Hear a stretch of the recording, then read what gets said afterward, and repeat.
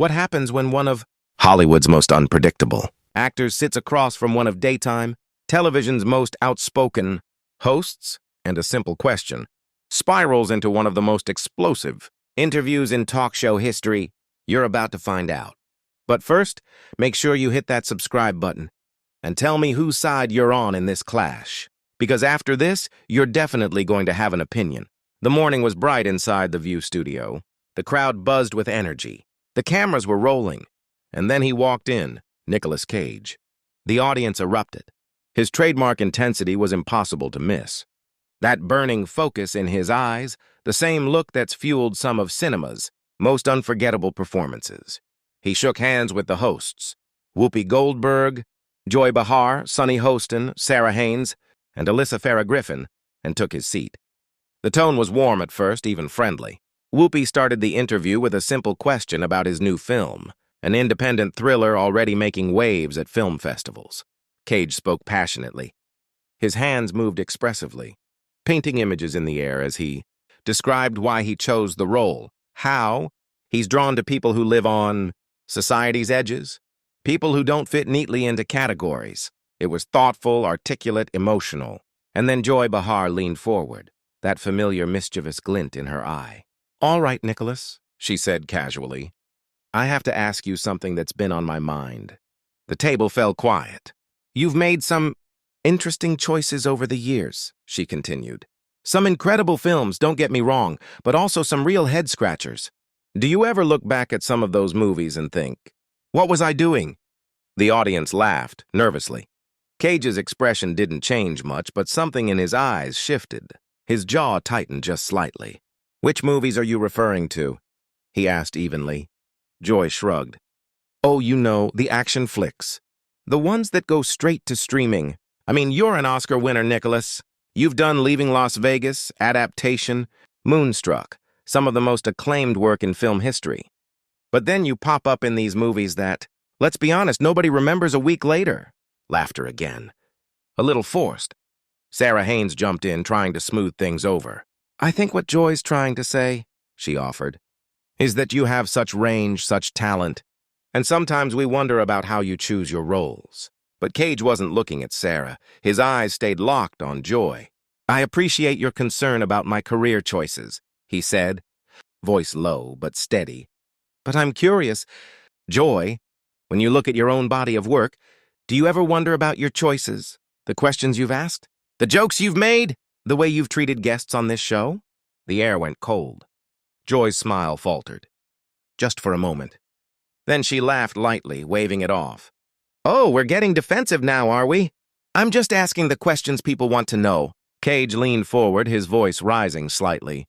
"No, you're not just asking a question," he said. "You're making a judgment disguised as one. There's a difference. And frankly, I find it fascinating that someone who works in television, which churns out more forgettable content in a single day than the film industry does in a year, would sit here and question artistic merit."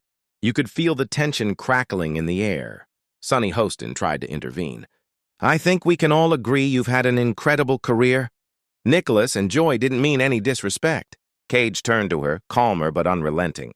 "I appreciate that, Sonny, I do. But let's be honest about what's happening. I came here to talk about a film that means something to me, something that took years to make, and instead, I'm defending my entire filmography. To someone who thinks box office numbers and reviews define artistic worth."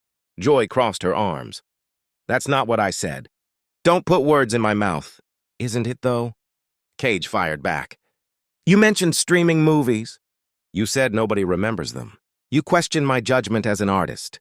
What exactly were you saying, if not that my work isn't worthy of respect?" The room was dead silent.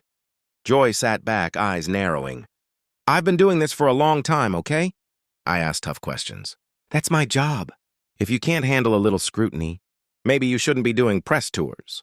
Cage's eyes widened slightly. Then his tone hardened into that familiar cinematic intensity. "Scrutiny?" he said. "That's what you call this? Scrutiny means doing your homework. It means actually watching the films you're criticizing, asking about the craft, the themes, the choices. What you're doing is lazy. You're going for cheap laughs." Whoopi jumped in. Okay, hold on, Nicholas. Let's take it down a notch. But he wasn't done. You want to know why I take certain roles, Joy? He said, voice rising. Why I don't just coast on my Oscar? Because I love acting. I live for it. Every role teaches me something new. Every character, no matter how big or small, expands my understanding of humanity. Not every movie is leaving Las Vegas. Not every performance wins awards. But every single one matters to someone. And those streaming movies you're mocking? They employ hundreds of hardworking people. They put food on tables. They entertain millions who just want to relax after a long week. Who are you to say that doesn't have value? The audience erupted into hesitant applause. Joy's face hardened. I'm someone who calls it like I see it, Nicholas. And what I see is an actor who used to be selective and now looks like he's running a factory. Quantity over quality. That's what it looks like. Cage repeated her words quietly, almost to himself. From the outside, then louder. Exactly. From the outside, where it's easy to sit in judgment without understanding what goes into making a film. He looked straight at her. You want to talk about quality? Let's talk about the quality of discourse on this show. How real conversations about art get reduced to sound bites and gotcha moments. Alyssa Farah Griffin tried to jump in, voice tentative. Nicholas, can we talk about what drew you to this role in your new film? Cage gave her a brief look, then returned his gaze to Joy. I'll get to that, he said. But let's finish this first because it matters. Joy leaned forward, refusing to back down. Fine, explain it to me. Explain why an actor of your caliber needs to make 3 or 4 movies a year, most of which go straight to streaming. Make me understand. Cage exhaled slowly. The fire in his voice simmered, replaced with something deeper. You really want to know? He asked. I work because I have to, not just financially, but emotionally, creatively, spiritually. Acting isn't a job for me. It's who I am. It's how I process life. Every role, big or small, is a chance to explore something about humanity and about myself. For the first time, Joy seemed to hesitate, but she recovered quickly. That's all very poetic, Nicholas. But it still doesn't explain why you say yes to everything. I don't say yes to everything, Cage said, his tone sharp again. I say yes to what interests me. Not every project has a massive budget or a famous director, but that doesn't mean they're not worth doing. Joy smirked. So every low-budget action movie you've done challenged you creatively? Come on, Nicholas. Cage looked at her for a long moment, and when he spoke, there was no anger, just disappointment. You know what, Joy? You're right. Not every role challenged me in the same way. Some were fun. Some were paychecks. But I showed up. I gave every one of them my full effort, even when I knew critics wouldn't care, even when the film might disappear into an algorithm. I showed up, and that's more than I can say for this interview. Gasps filled the audience. Joy's jaw tightened. That's completely unfair. I asked you a legitimate question. If you're that sensitive, maybe you need to look inward instead of lashing out. Cage almost laughed, but there was no humor in it. This isn't about sensitivity. It's about respect. About treating artists with dignity instead of using them as punching bags for entertainment. Whoopi stepped in firmly. That's enough. We're moving on. Nicholas, let's talk about your movie. But Cage shook his head. I can't pretend this didn't happen. I can't sit here and talk about my film like the last 10 minutes. Didn't just happen. Joy threw up her hands. Fine, then leave. If you can't handle a real conversation, walk out. Cage stared at her. The studio went silent again. You want me to leave? You insult me, and when I defend myself, you tell me to go? That's your idea of a real conversation? Joy snapped. I'm not kicking you off. I'm giving you an out since you clearly don't want to be here. I wanted to be here, Cage said, and this time his voice cracked, soft but raw. I wanted to come here to talk about something meaningful, a film I'm proud of. To talk about acting, storytelling, art. Instead, I got this. Sarah reached out gently. Nicholas, we do want to hear about it, please. Tell us what makes it special. Cage took a long breath, his shoulders easing. The film, he said slowly, is about a man who's lost everything. Who's made terrible mistakes. Who's searching for redemption in the wreckage of his life. And that's what drew me to it. Because I think we all feel that way sometimes. We all make choices we regret. But the question is, do we let those mistakes define us? Or do we keep going? The studio was silent. The mood shifted completely. Even Joy's expression softened slightly. Cage continued, calmer now. That's why I keep working. Why I keep taking roles others might turn down. Because I relate to that struggle. That fight to stay creative. That refusal to quit even when people doubt you. So when you ask me if I ever look back and wonder what I was doing, the answer is no. Because I know what I was doing. I was surviving. I was creating. I was living. And I won't apologize for that. Not to you. Not to anyone.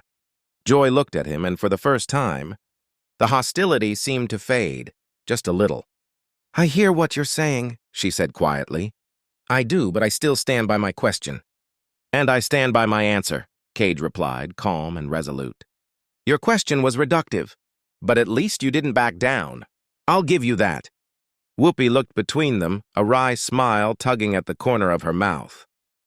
Well, she said, this has definitely been one of the most interesting interviews we've ever had. The audience applauded, half for the entertainment, half out of sheer relief that it was finally over. Cage gave a small nod, stood, and adjusted his jacket. He wasn't angry anymore, just thoughtful. He turned toward the hosts and said quietly, Thank you for the conversation. Then he walked off set to a mix of applause and stunned silence. As the cameras panned back to the hosts, Joy exhaled, shaking her head with a tight smile. Well, she muttered, that was something. Whoopi turned to the camera, composed as ever. Ladies and gentlemen, Nicolas Cage. The audience roared again, unsure whether they'd just watched a meltdown or a masterclass in authenticity. One thing was certain, this wasn't just another celebrity interview. It was a reminder that behind every headline, every meme, every weird career choice, there's an artist fighting to be understood. And for once, Nicolas Cage didn't need a script to steal the scene.